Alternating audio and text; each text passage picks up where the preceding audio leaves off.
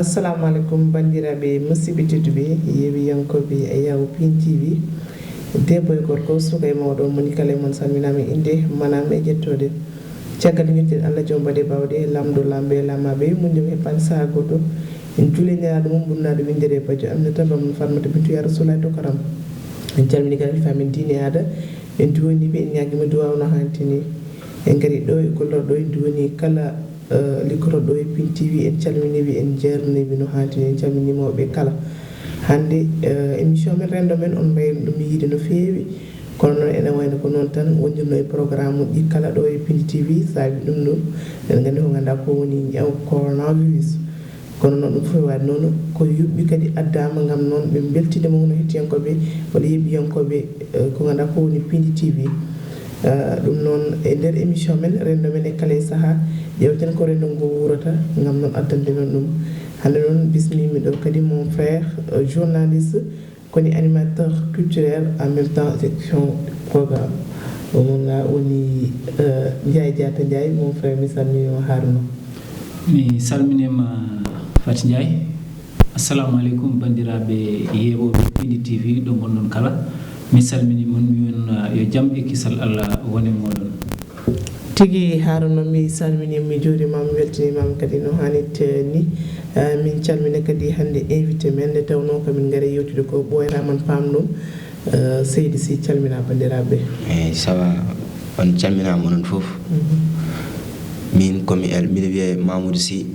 komi élève en classe de seconde mbiɗa weltinoon e invitation merci Mamoudou Sy ene wayno tigui on paami Harouna Ndiaye gorko mo siwre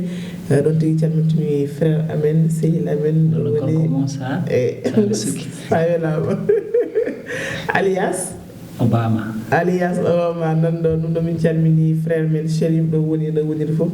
yo jaam Allah kisal wonemo ko ɗum noon hande noon garɗen yewtide ko ganduɗa ko woni jangde o saaha moment mo ganduɗa coronavirus tolniɗo guile ne école aji ɗi gudda ha ko uddita ko kewi hen ko foof mon frère sabin bismiɗo o suka mo ganduɗa ko jangowo to lycée Limamoulaye taw noon ko classe seconde o woni kono min jetti kadi omo ganduɗa woni Mati konko woni caméra o hande machallah omo dari danima ko tidde o waɗama ko coucou madame Mara ɗum noon bon frère hande holno mbawiɗa wadde ko ganduɗa ko analyse sen jeewi eɗen gandi école aji guddama guila le 14 mars fof ko saabi ɗum woni ko ganduɗa ko woni coronavirus nde kawɗi fuɗɗi hewde seeɗa e nder leydi ndi dartina nde tawno école aji ɗi ne waɗa dente seeɗa dental ɗiɗo watte sukaɓe en dental piiƴa jalɗo jangɗo kadi gonɗa e même classe saabino mawde leydi ndi e ministre de l' éducation ɓe ƴettigol ɗo pillital gam ko ganduɗa ko woni o gana woni Mamadou Talla uddude guuɗe jangguirɗe ɗi kono ɗum fof waɗi noon ha fuɗɗi waɗi reprendre le 2 passé woni no kadi on caɗeɗo sababude testede professeur goto walla enseignant goto to sonno wonde coronavirus ɓe mbaɗi annulé artirama kadi le 25 battidiɗo oɗo min guddi le 25 juin école aji ɗi guddita holno jiirɗa o saaha situation no wayni e jangde nde en tant que journaliste hay min garde nadde e élève aji ɗi gonkaji men o saaha eyyi Faty Ndiaye a jarama mi weltanimama également e invitation lawol gongol mi wonno ɗo ko nokkam ko nokku fuurankoɓe ko nokku fulɓe kala kono kadi ko nokku Sénégal naaɓe par ce que hoto keroɗen hunde tan kadi mbiyen ko enen tan jeeyi enen tan ala koko renda no Baba Mal heewi ni ko renda no ngaral maayo ngo ɗum noon enen fof gaari ƴewgu en hande o situation to banggue jangde nde ko situation jeeyaɗo e situation ɓurɗo wadde critique hande e nder leydi ndi hande so tawi a ƴeewi mbiɗen ko uddiri kono ko uddiri kone ko école élève aji tan wonɓe e examen ji ɓe sa ƴeewi ko CM2 tan e waɗoɓe 3e BFM e waɗoɓe baccalauréat wonɓe terminal eyi wonɓe terminal kono ko heddi ko fof ala hen udditɓe wonɓe dans les classes intermédiaires ɓen uddirani université également public ha joni mi ani uddiri à part ɗum ɗon mi yi kam université ji privé ɗi école aji privé mawɗi ɗi ɗin woni hen puɗɗiɗi uddidde woni hen kadi ko en ligne janggara kono holko janggaren hannde e situation o ɗo tolni ɗo ɓeenana jangga ko waɗaɓe examen ene ɓenna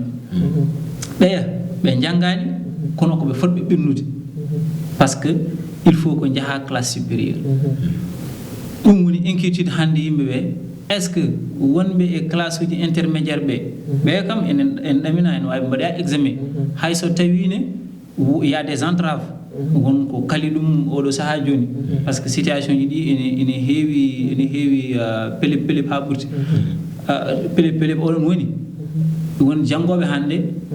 kono nokkuji men fuɗɗima yiyede kawuji puɗɗima wadde toon goɗɗum ɗum won nokkuji ɗi ganduɗa hoore ma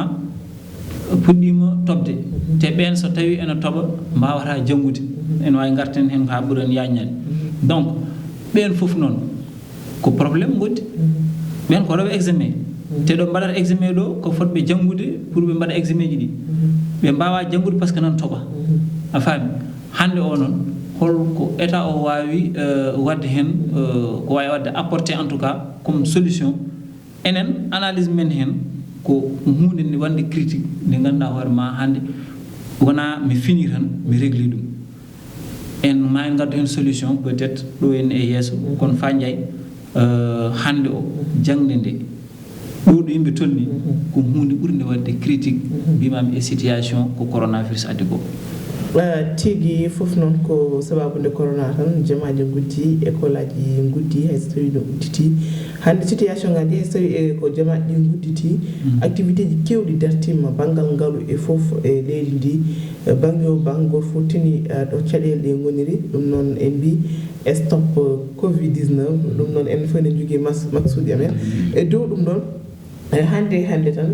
waɗama ka to ganduɗa to woni to Diourbel élève goto gonɗo classe CM2 dañi coronavirus mbete ɗum ala kulkuli seeɗa Haruna e banggal jangde nde ko ɗum kulhuli mawɗi aɗa andi pular no wiyanno ena ngara renade ɓuuri Sénégal naaɓe wona Sénégal tan par ce que minen min koɗi ko frontiére Mauritanie hay Mauritanie naaɓe ɓe min kodditonɓe yimɓeɓe ɓe ngamani coronavirus c'est ça le problème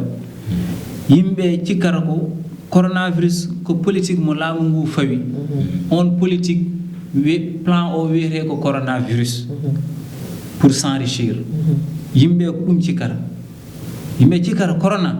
ko plan mo état fawi kono heewɓe ha joni jaɓani coronavirus ala heewɓe jaɓani coronavirus ɗum ko jaha ɗo on keddoɗa ɗo e Dakar ko jaha dans les grandes villes ko jaha dans les campagnes au niveau du Fouta a faami min ɓaano ngumin Fouta hande o woni yimɓe heewɓe noon toon ngamani ɗum Mauritanie toon min koɗi nde wonno kadi minen ko nokku goto maayo to lombi hakkude amen sa ƴeewi toon e hoore mum ko wiyete kawuji mbaɗi yimɓe jaɓani ɗum mbi ɗum ko état o waɗata ɗum pour ñamde kalisaji gaddaɗi ɗi pour ñamde ɗum donc déjà ɗum ko probléme a faami so tawi a gamani hunde a wawata rentade ɗum tigi ko toon fonno wonde alhaali o joni noon jangde nde dartinama kadi fuɗɗitima e oɗo saaha mo yimɓe goni kawuji puɗɗima wadde France ɓe ñembaten ɓe en gona gotum ɓe mbattuɗen ɓiɓɓe babiraɓe meɗen a sikki ko France ñembete a sikki enen kay ko France tan ñembaten fa jeeyi enen cikkiren ala tan ko taga e aduna he gona France ko ɗum woni yiyandema mi won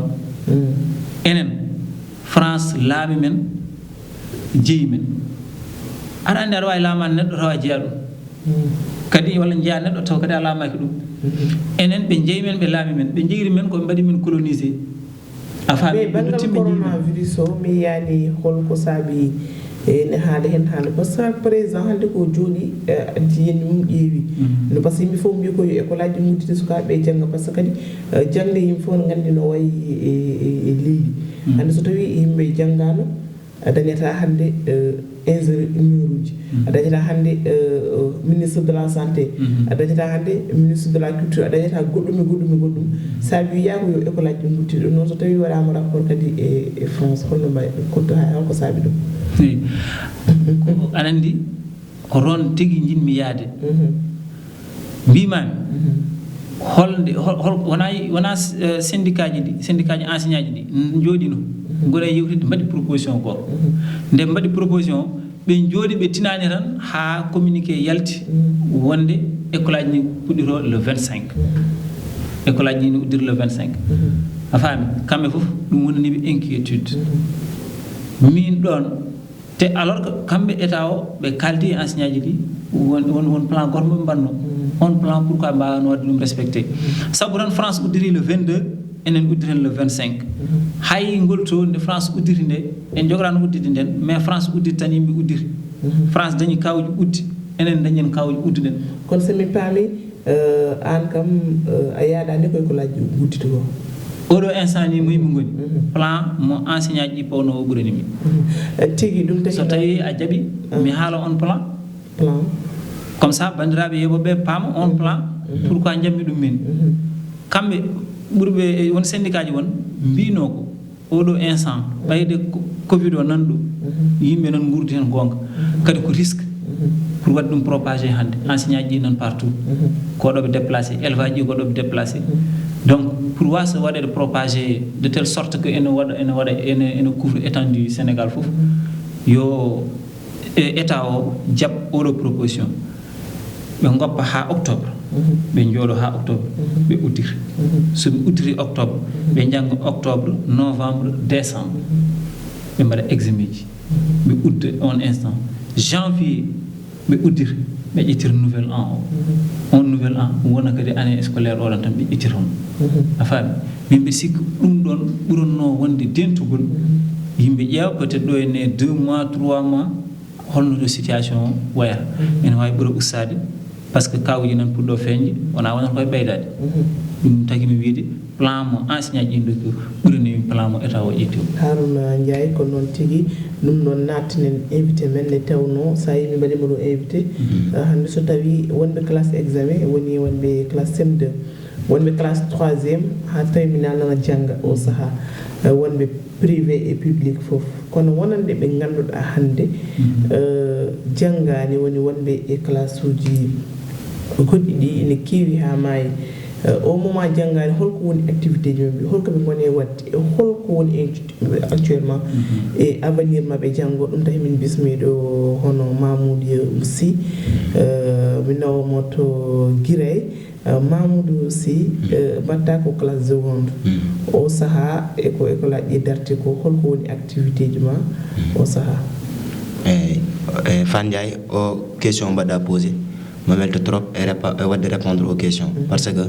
guiraɓe kewɓe gonɓe classe intermédiaire ɗi ɓe guura o situation donc pour l'instant minen emin mbawi wiide min mbaɗani haydara sona emin jooɗi te aussi emin kuuli aussi affaire o addana men conséquence uji ɗi ganduɗa min mbaɗata haaltude ɗum parce que pour l'instant min mbaɗi premier semestre amen te deuxième semestre amen so gas et aussi min mbaɗama obligé min jooɗe e nder galle amen te ɗum ɗon kadi ene wawi jibinde goɗɗum comme par exemple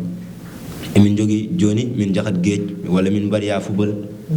chaque dimanche walla min mbawi wiide somin ngala football ko dimanche min mbaɗano ɗum e samedi joni min jeehi joni ha football semaine o complet o min mbaɗa ɗum football ay joni alors que temps min jooɗi o état sax ene wano addude goto ko ganduɗa tahat hakkille amen hette hen parce que ma yi essence yi te ma wi mi wimo ɗum sax ma yi élevage ji kewɗi ɓe ganduɗa ma aride hen jangde par ce que min jahat ha rythme momi ƴettuno o aritat te ɗum noon moƴƴani amen franchement mi yiɗi état watte hen hakkille no feewi mais Harouna reni ko wi ko wonɓe ganduɗa poɗɗi modde lâché guiley joni est ce que ɗum kadi ne hani onon vous êtes des élèves oɗon gandi kono élevage ji pourquoi pas mbattun haqqille jangdini moon hayso tawi ko réseaux sociaux ji kaldu naɗɗa foof wala wawi janggude mbaɗa révisé walla mbaɗa concentré par ce que kadi hande ko tahi jangde nde arita ko wona ko weeli yimɓe ko ñawmo ganduɗa ari accude kadi yimɓe ɓe dutto e classe uji kadi ne adda kadi risque sabu noon hannde classe woni hen classe tel subajo janggo waɗama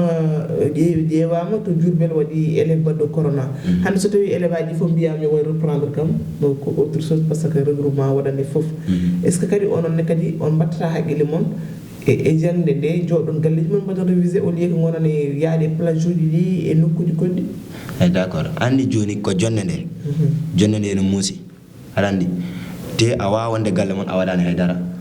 dara ɓurani muuse ngari toon donc konko somo yiiɗi kon sinno omo yinno minen min ñanga o aranno o wanna amen goto proposition soit o wanna amen cours uji en ligne walla goɗɗum e goɗɗum kono minen pour l' instant minen élève aji gonɓe classe intermédiaire ɗi min mbiyata komin dal goppaɓe caggal ɓe natti wattude men hakkille joni gonɓe classe d' examen ɓe foof tan goppa eɓe janggo alors que minen emin wokke avenir ta wuuro kala wuuro mo jaaɗa ko ɓuri hen wonde base mum ko éducation donc kala classe mo wawi wonde ɓe paari ko wattude ɓen hakkille ndax minen foof ko jangde ɓuuren amen so haala Allah minen foof ko jangde ɓuuren amen hay goto yiiɗa jooɗade kono joni sa totaka moyen mo jangguirɗa walla méthode mo mbatta utiliser pour janggude a tu es obligé jaaha gueƴ walla jaaha goɗɗo banggue a wawa jooɗade galle mon kadi ok hokko ɓe tawi ko haali ko hen question fota waddemo eyyi min jimmi namdademo tan ko haade ɗo joni koɓe jooɗiɓe mais kamɓe élève aji ɗi koɓe intellectuel uji ɓe jiya koye leydi he eɓe poti miijade hol solution ɓe mbawata addude kamɓe selon kamɓe so waɗirinoma hono ni ene wawi ɗum rokka ɓe dañde occupation ko holon proposition de solution pawron a faami so tawi no état o waɗirino ni walla onon koye moɗon entre vous est ce que ala solution goɗɗo mo mbawɗon wadde entre moɗon mbaɗon révisé a faami de telle sorte que on mbatta regroupement par ce que minen min mbaɗi ɗum au village min ƴetta élevage CM2 ɗi min mi jangguini hen woɗɓe jangguini ɗum kadi ko initiative o gonno min ƴetti ko par 6 a faami de village to min gonnoro toon corona feeñani toon mais pour mesure de prudence min mbaɗiri hono noon par 6 élevage ji min jangguita ɗumen plus an enseignant o gonon 7 Fouta ne yaaji machallah mi anda so tawi meeɗi yaade Fouta mbaɗa feere jahar on toon ne yaaji on mbattat leeso tan sukaɓe jooɗo a faami mbaɗon distanciation o mbaɗon ɗum respecté comme ça mbaɗon révision ko mbanno ko foof ha min avancé ni e programme mabɓe donc onon élevage ɗi beete oɗon jogui ɗin miijoji d'accord joni a waɗi posé question dañde solo trop ene waɗi importance kono probléme o woni ko somin rendi minen entre élèves tu sais holno min gondirta min minodiri e koye amen ha paari min mbawa rendude nak tat tan min mbaɗa respecté distance uji min de pour l'instant mi wawa wiide ɗum hay sinno hay ko école ni no waɗiɗa respecté distance uji ɗi e nder école e sa yetti jiyata ko élève aji ɗi ene nendira kadi par ce que ɓe gandodiri ha paari kono min mbiyami ɗon ko probléme pour que min mbaɗa respecté distance o mais non fotani wonde probléme par ce que no gandi au moment koye ñaw wona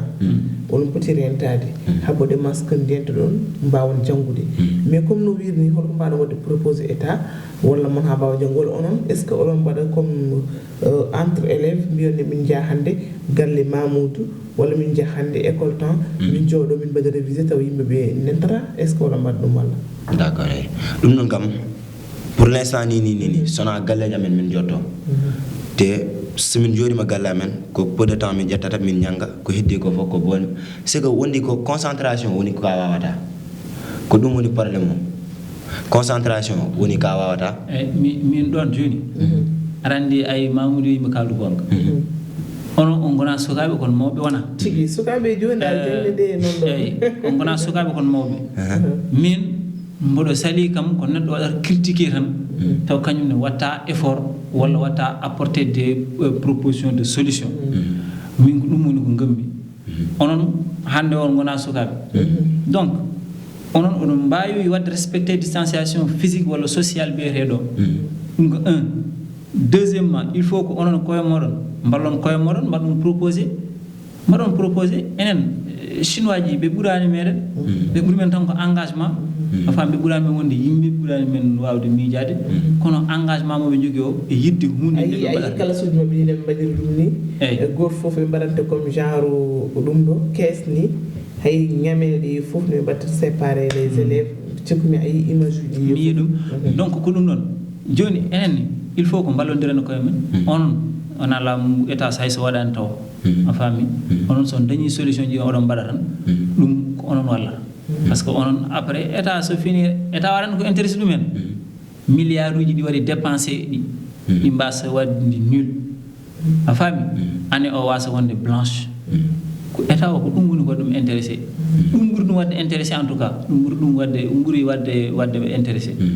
que milliard uji mbaɗa investir ɗi mbasa pertude ko heddi ko e mbawi finde subaka goto ɓe mbiya mon oɗon jangga e nder 1 mois walla e nder 3 semaines après mbaɗon examen ji mon walla mbaɗon composition ji moɗon passe ɓe passe walla ni ɓe mbiya premier semestre o ko on watte validé mo dañano moyen fof wi noon faada ha deuxième semestre yiiɗa rendinde on ɓennata donc il faut ko mbaɗon des efforts d'accord arandi woni communiqué mo cakkitimi nande e ko faye jangdugol ngol haw wiya baɗoɓe classe d' examen gudditi anani joni minen élève aji ɗi gonɓe classe intermédiaire ɗi maɓe ƴeewa noɓe jallini men min ɓenniri joni minen min jakkata ko deuxiéme semestre ala a faami joni min mi sikkani so deuxiéme semestre ana waɗa par ce que no haaliri ni min jagguinmi ko deuxiéme semestre ala woɗɓe wiya kadi ko noon jagguiri ɗum holno wi communiqué o ko wi o wi noon ko gonɓe classe d' examen ɓe ɓen ɓe ñangat après même mbaɗ kadi maɓe addu solution même mbaɗta ɗum ɗo respecté mesure aji ɗi joni minen gonɓe classe intermédiaire ɗe mamin ƴeew ni min ɓenninira joni mbiɗa wawi wiide 90% élève aji ɗi kamɓe ɓe jaggi ko gonɓe classe intermédiaire ɗi guddi te mi andano so tawi onon ɗum jagguɗon par ce que toon kadi leera no yimɓe joɗiri ni haruna ɓe jiwi ko haɓe mbaɗi déconcentré o tawi gon ɗo ɓe mbatti natti wadde concentré o e école o ko ɗum tahi minen min gadduma ɗo pour o mbawa wadde tottude leçon sukaɓe janggoɓe ɓe ganduɗa nani classe uji intermédiaire mbatta haqqillaji mumen hay so ɓe janggi ko hande ko fofa ko wona ko weeli yimɓe hande hay jinnaɗo mo jinnoɗo ɓiyum janggo ɓiyum natti janggude ne jooɗi e galle so wonno saago mum ɗum wonta par ce que hande so classe examen ɗi janggi onon janggani ene wayno toon no woni probléme seeɗa ɓe so ɓenni est ce que maɓe ɓendu ɗum foof ko miijo mo ganduɗa ne uddi haqqillaji jinnaɓe ne uddi haqqillaji hewɓe ɗum ɗon holno sukaɓeɓe mbawi wadde e holkoɓe mbawi wadde propose état o haaɓe mbawa wallude ɓe jangga hay so galleji men taw janggo e jaam waɗɓe examen ɓe so ɓenni kaɓe mbawi ɓennude basa wadde reprendre les cours les classes ay ko ɓenninta wonɓe classe d' examen ko ko ɗum ɓenninta wonɓe classe intermédiaire non mais attends anen kadi fat jiiɗa classe gonɗo classe examen hannde a yii a tawi toon professeur mawno no jangguinama an mo ganduɗa aɗa woni galle ma wonto tollinoɗa on moment so tawi professeur o jangguinanima a wawa jokkude on jangde kadi eyyi kono jinmi wiidema de ha hande ko ɗon ko kalnumi ko dutoromi de wonɓe e classe d' examen ɓe ko ɓennintaɓe ko ɗum ɓenninta wonɓe classe intermédiaire ɓe état o jaɓata ɓeɗo ɓenno ɓe mbasa ɓennude ɗum kam ɓe jaɓata ɗum a faami kamɓe gandi hol politique maintenant moɓe ƴettata mais ko kon ɓennoɓe soit no mbimi ni taw ko premier semestre o ɓolo watte validé walla ɓe naata e deuxiéme semestre o ɓe mbaɗa résumé ɓe nelda programme tokos ɓe mbiya enseignant ji prof aji ɗi enseignant ji yo jangguin ɗum ɗo a faami taw koye on base ɓe mbaɗata examen ji ɗi walla composition ngaji ɗi aɗa faami wona deuxiéme semestre o ɗen gueɗe ɓe mbawi yaade kono onon élève aji ɗi jinmi wiide ko onon il faut ko gonon e activité mbason sikkude gonnon koye vacance a faami ɗum il faut ko gandon ɗum heddi noon ko hande ɗo yimɓe tolni ɗo so tawi no couvre-feu wonirno ko pour yimɓe yo ndento yo jooɗo ɗum kam natti couvre-feu dartima wona ewa élève aji ɗi ko yaltoɓe haade élève aji ɗi ko yaltoɓe ko yahoɓe donc risque kadi goɗɗo nan ɗon goo maɓe noddi wadde concentré huy wiyede ma ɓeydo a faami caakan koko ɓeydoro par ce que yimɓe ko yaltoɓe jamma ko yaltoɓe ñalawma joni cukalel ala so mi cukalel ala cukalel ala non mais jinnaɓe noon foti wonde tan hakkillaji moɗon e jangde nde ɓe kirdina kadi sukaɓe jinnaɓe wasa attude ɓe tan e liberté mabɓe fof hande Mamoudou est ce que jangde en ligne par ce que pa famani e maaro woni neɗɗo wala waɗa recherche est ce que kadi jangde en ligne o no weeɓi eyi ɗon kadi mami welto fof e répondre kadi o waɗa répondre ɗum question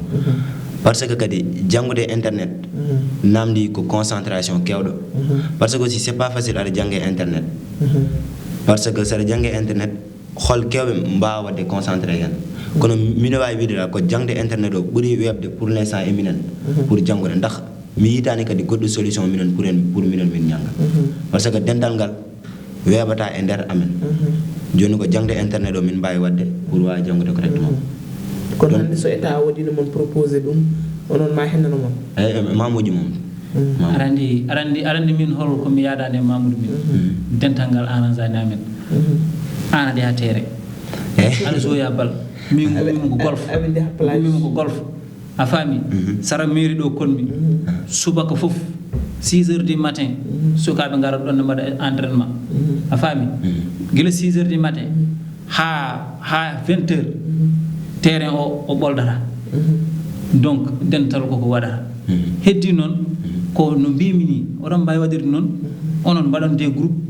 son belama wadde ɗum on mbaɗat ɗum mbaɗon des groupe 5 6 a faami kono classe mon ko 20 mbaɗon 5 5 5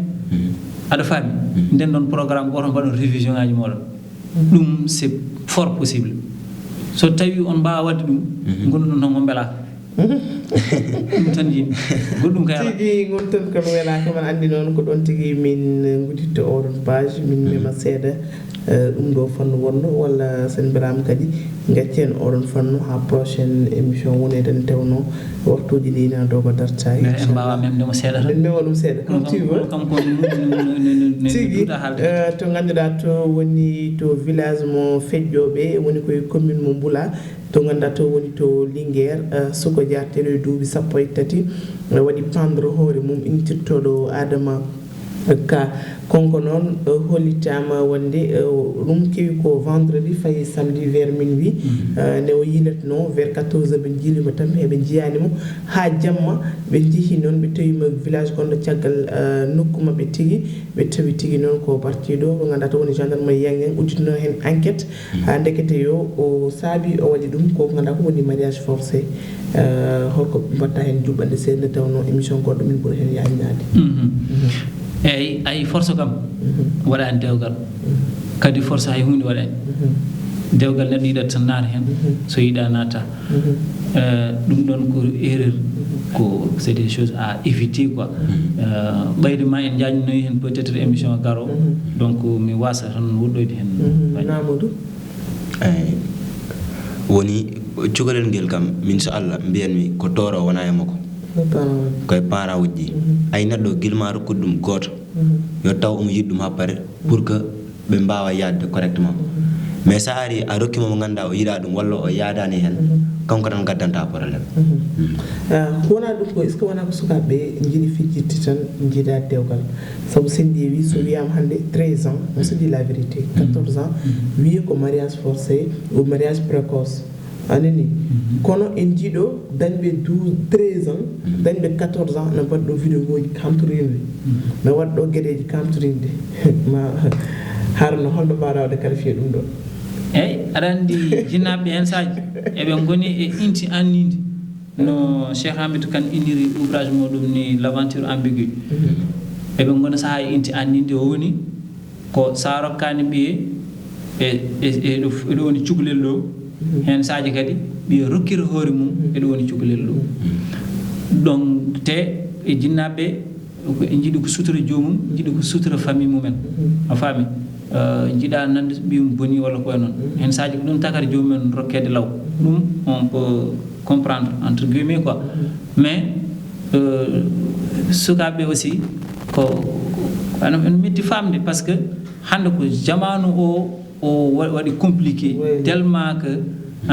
ko kalatmi ko yeɓoɓe ne gandi ko kalatmi ko an aɗa andi on andi aduna o wontu ɓodde wotere a faami o wonti village planétaire no tubakoɓe mbiyata ɗum ni o wontu wuuro woto ko woni Europe ko ɗum woni ɗo en sukaaɓe Europe ɓe enen no miijorto no jiirnoɗen Europe na occidentaux ji ɗi a faami dey tubakoɓe sukaaɓe ñimbi ha dadi no mbayni no gurdata ni no façon no gurdameje bonɗe coofɗe a faami dey ɗum ɗon ƴettiɗen natte meɗen a faami la preuve en est que aɗa yiye jooni vidéo ji bonɗi yimɓe ne mbaɗa ɗum envoyé donc ɗum ɗon kon dans ce cas mariage uji force natti wonde joni ko sukaɓe wontan jiiɗa dewgal gittan ala mi jaɓɓat mariage forcé ne woni tame sukaɓe ɓe nahe dewgal yeɓe deglu goppeɓe koy on voit 14 ans 15 ans 16 ans 13 ans no waɗi hen vidéo uji so mbiyama hande naata dewgal caloɗa cagarte o surtout les élèves ɓe cusni wiide ɓe en tant que élève oɗon mbaɗa beeye d'accord joni min toon comme cukalel dañɗo 13 ans o mbimi par exemple min joni mbimi ɗum koye âge par exemple min so haalde Allah min somi dañi ɓinguelam mi rokkirtama à l'âge de 13 ans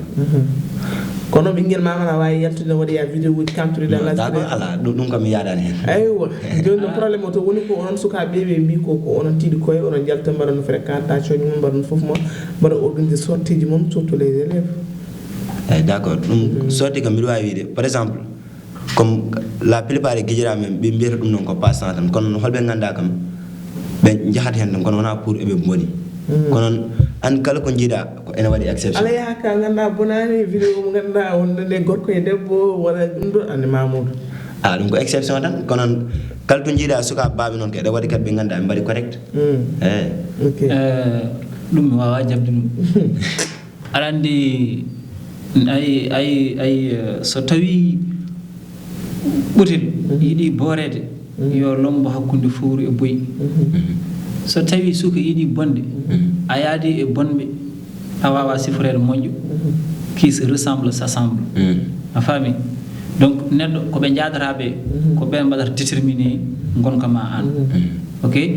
wadde noon so tawi aɗa yaada yimɓe bonɓe yimɓe ɓe pewani an hoorema tôt ou tard a natata oɗon ɗum firis oɗon memere ɗum ala mahamnele Mamoudou ok wadde noon sukaɓe kam pour wadde ɓe canaliser hande wondi ko weeɓani wona ɗo tan noon ha fuuta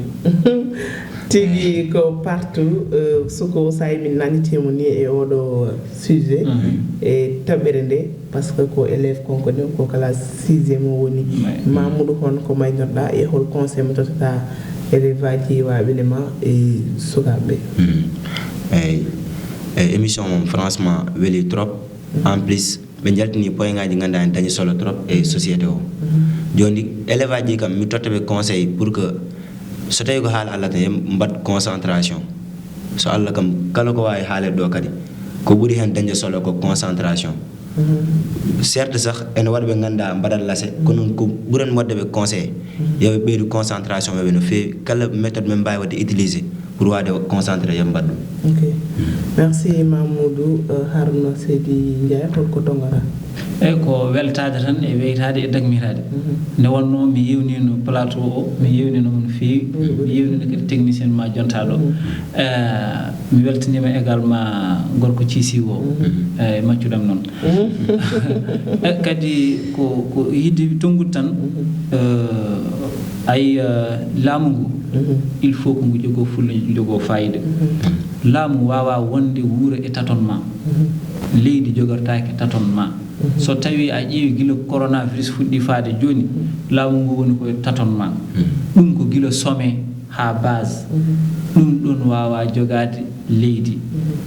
il faut que ɓe ƴetta solution ngaji concrète ɓe mbiya ko ɗum watte ko ɗum watte ɗum muusa noon wela yimɓe ɓe walla metta yimɓe ɓe laamu so waɗama filmitre watta ala hay sene waɗa laamu il faut jogo détermination on banggue heddi ko enon élevage ɗi onon ne mbaɗon proposer des solutions ganduɗa hoorema comme no ko kalmi ko ko hunde wawno wonde mbaɗon ɗum Fanjay mi weltanimama mi weltanima yeboɓe ayaw habride Pindi TV ɗum tigi yeɓoɓe yawo Pindi TV on kala on calminama on juurama merci Mamoudou merci Harouna mon frère